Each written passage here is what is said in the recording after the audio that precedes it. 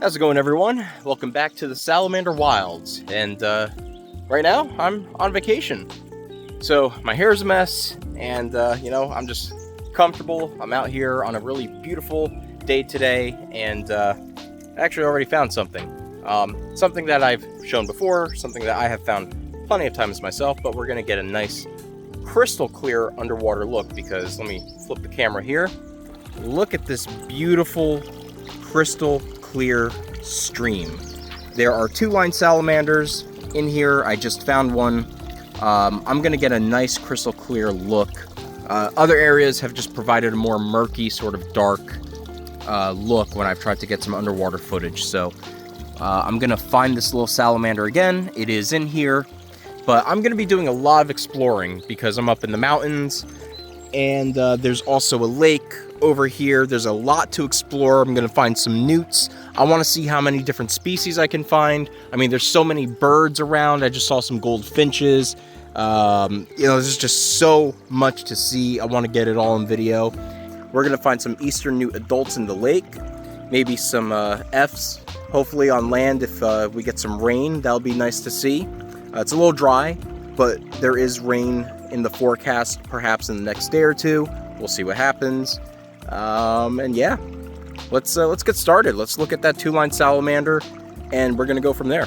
And if you enjoy the video, everyone, please remember to leave a like, share, comment down below, please subscribe. Let's get going. All right, time to take a peek underwater. So now I can finally get a really nice, crisp, clear look at these really common but still really beautiful salamanders. So yeah, this is the northern two-line salamander in the family Plethodontidae. And really, the weather at the time of recording this was absolutely perfect. The conditions were amazing. The crystal clear water really helped to bring out the gorgeous colors, that bronze, brown, sandy color that they have. And I was able to get a really nice side profile view of this animal, and we get a clear look at the black coloration on the sides starting to form that line, which is where they get their name.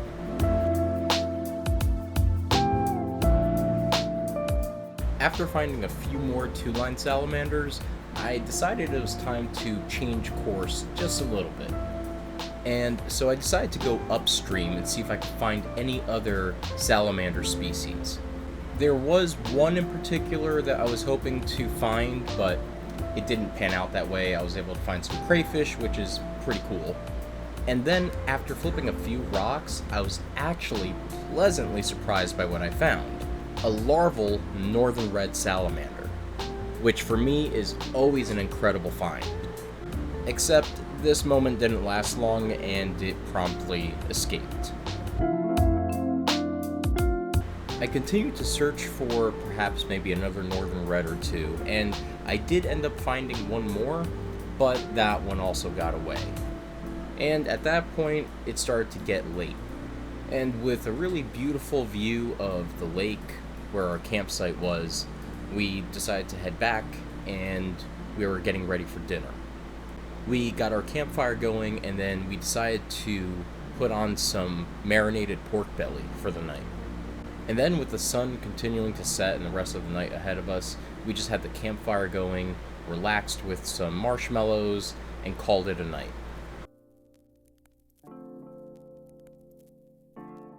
All right, good morning, everyone. So, after that eastern newt adult that I saw yesterday, wasn't able to get close enough to it, but check this out. I've been here before. I've shown this location plenty of times, but now I want to get some nice underwater footage, hopefully get close enough to get a good look at them, and really get to see what their life is like underwater in the wild. Pretty different from captivity, of course. We can see there's actually predators here. We have some fish, right? So they do live in areas with plenty of fish, and that's why they do stay towards the shallows and all the plant growth. So even though they are poisonous, there's fish they'll still try, right? So these animals do try to play it safe, and we're gonna just get a really good look. Maybe I could get some underwater footage of even the bluegills and the sunnies. And I see an eastern newt right there, so yeah, let's get some good footage here. Get a nice look at my favorite newt of all time, the eastern newt. And if we're lucky, maybe even some underwater footage of the fish.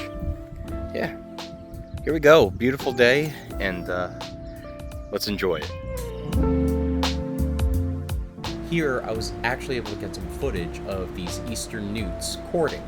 So, unfortunately, with all the algae everywhere, really the only newt here that could be seen clearly was the male.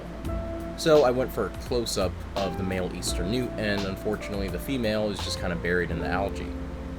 But this just goes to show just how far the breeding season really does extend for the species, because these can be seen courting and breeding much, much earlier in spring, and we're at the end of May, beginning of June at this point. And so the males will stay in breeding condition for quite some time. And here, I think I got really lucky with this one.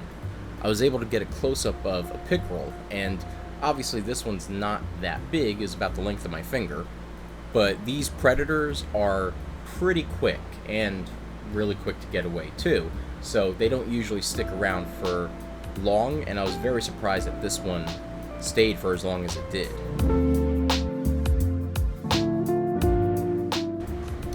After spending time by the lake with those newts, I decided to head back to camp and was greeted by something highly unexpected.